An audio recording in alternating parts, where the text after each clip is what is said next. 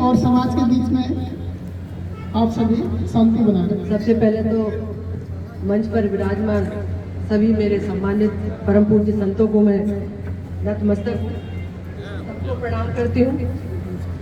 अब मैं नीचे खड़ी होकर मैं अपनी बात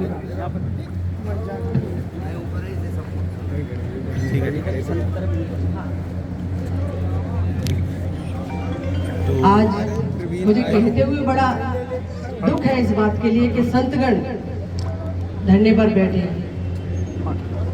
आपने 10 अप्रैल से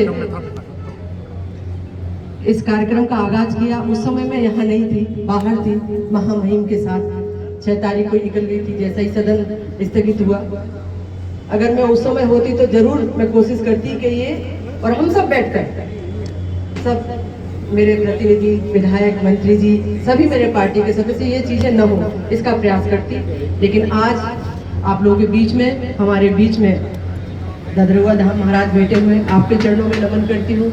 हमारे महाराज खनेते धाम बैठे हुए, आपके चरणों में नमन करती हूँ। हमारे संत शिरोमणि मुनि महाराज, आप सबके चरणों में नमन करती हूँ। सामान्य हमारे कालिदास महाराज जी के चरणों में नमन, और समस्त अन्य मठों से अन्य आप सब सामाजिक कार्य में लगे आप सभी संतों के चरणों में नमन करती हूँ। और पार्टी के मेरे सभी बैठे हुए, हमारे मंत्री जी राकेश शुक्ला जी, सम्मानीय भाई साहब बैठे हुए, हमारे जिलाध्यक्ष बैठे हुए, हमारे भिंड के विधायक बैठे हुए भाई साहब नरेंद्र कुशवाहा जी, भाई साहब संजीव कांकड़ जी बैठे हुए जिलाध्यक्ष, सम्मानीय भाई साहब हमारे पूर्व जिलाध्यक्ष प्रदेश कार्य समिति केशव भाई साहब बैठे हुए, देवेंद्र दत्ता बैठे हुए, और समस्त मेरे पार्टी के कार्यकर्ता, समस्त मेरे पत्रकार भाई भी यहाँ लगातार आप लोगों के समक्ष में भी ये रोड का विषय है।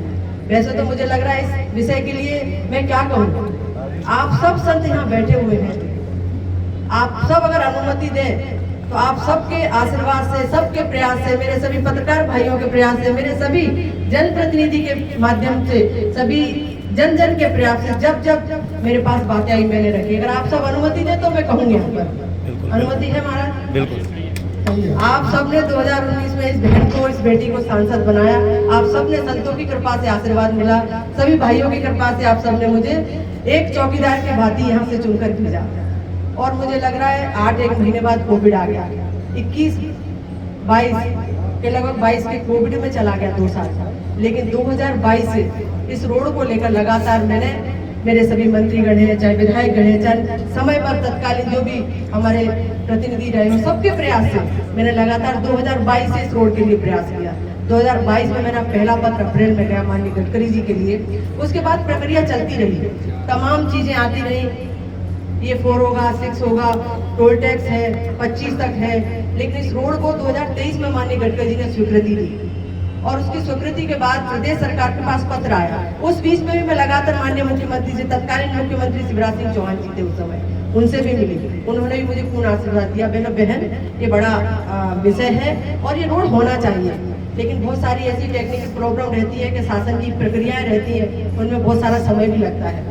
लेकिन फिर चुनाव आ गए 2023, फिर चुनाव आ गया लोकसभा का 2024। लेकिन उसके बाद लगातार मैं माननीय गडकरी से भी मिली, हमारे माननीय अभी जो वर्तमान मुख्यमंत्री हैं डॉक्टर मोहन यादव जी से मिली। उन्होंने तत्काल उस विषय को, उसी पत्र को केंद्र में पहुंचाया माननीय गडकरी जी के पास, और मैं भी माननीय गडकरी से मिली। सारे जनप्रतिनिधि, चाहे विधायक हो, चाहे हमारे मंत्री हो, चाहे जिलाध्यक्ष हो, चाहे मेरे सभी पार्टी के मेरे सभी जिलाध्यक्ष और सभी मेरे कार्यकर्ता और सभी मेरे वरिष्ठ नेतृत्व को इस विषय के बारे में मालूम। उन्होंने अपनी स्तर से माननीय गडकरी से बात भी करी और हम सब भी मिले।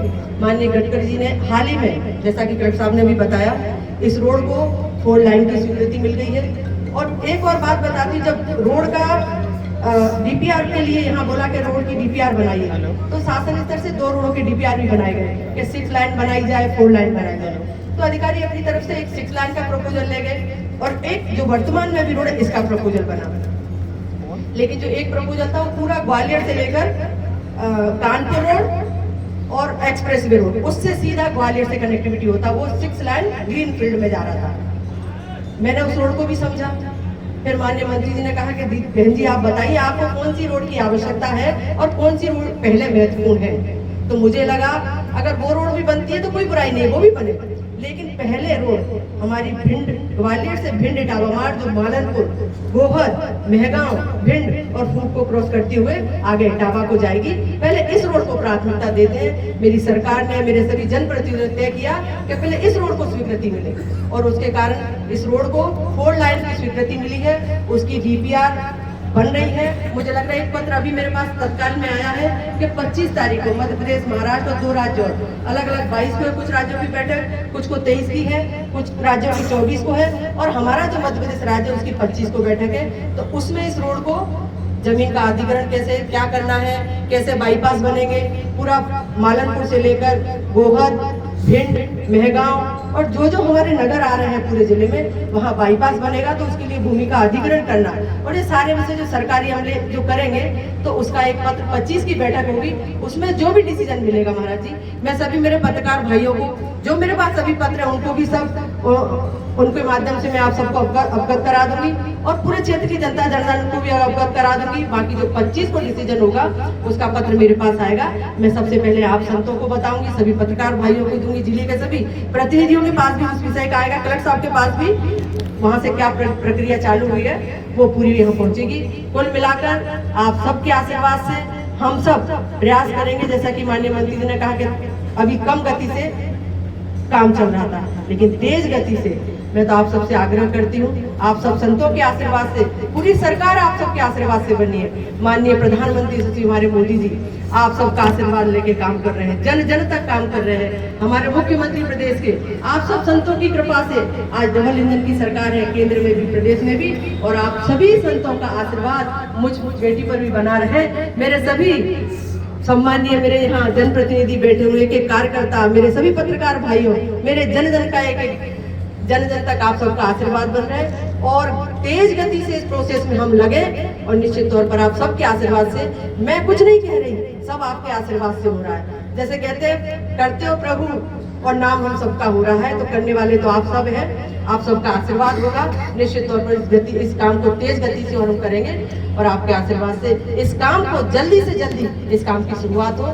और विभिन्न जगह गो अभ्यारण्य के लिए माननीय अभी भाई साहब ने कहा 17 करोड़ की राशि एक बहुत गौ माता के लिए गौशाला बने। लगातार इस विषय में भी हमारी सरकारें चिंतित है कि उनके लिए हम गौशाला बनाएं और लगातार चाहे मेडिकल का विषय हो, मेडिकल कॉलेज आज स्वीकृत है, वो भी काम जल्द होगा। ऐसे तमाम विषय, चाहे मैं रेलवे स्टेशन की बात करूं, किसानों की बड़ी मांग थी कि रैक पॉइंट बनना चाहिए, एक 34 करोड़ के लगभग रैक पॉइंट बन रहा है, ब्रिज बन रहा है टेल का। ऐसे कुल मिलाकर रेलवे में भी तमाम करोड़ों के कार्यक्रम हो रहे हैं। लेकिन मुझे लग रहा है इस रोड के विषय में आप सबके आशीर्वाद से इस रोड पे भी जल्द काम हो। 25 की जो बैठक होगी उसमें जो भी डिसीजन निकलेगा महाराज आप सबके मैं नतमस्तक रहूंगी और सभी पत्रकार भाइयों के उसके बाद क्या नतीजे आते हैं और आप सबके आशीर्वाद से रोड जल्दी बने उसमें हम सब प्रयास करेंगे। मेरे मंत्रीगण, मेरे विधायकगण, मेरे पार्टी का एक कार्यकर्ता और शासन के नाते जिलाधीश महोदय निश्चित तौर पर हम सब इस काम के काज के लिए लगेंगे। बहुत बहुत धन्यवाद। जय हिंद। आप सबको नमन करते हैं।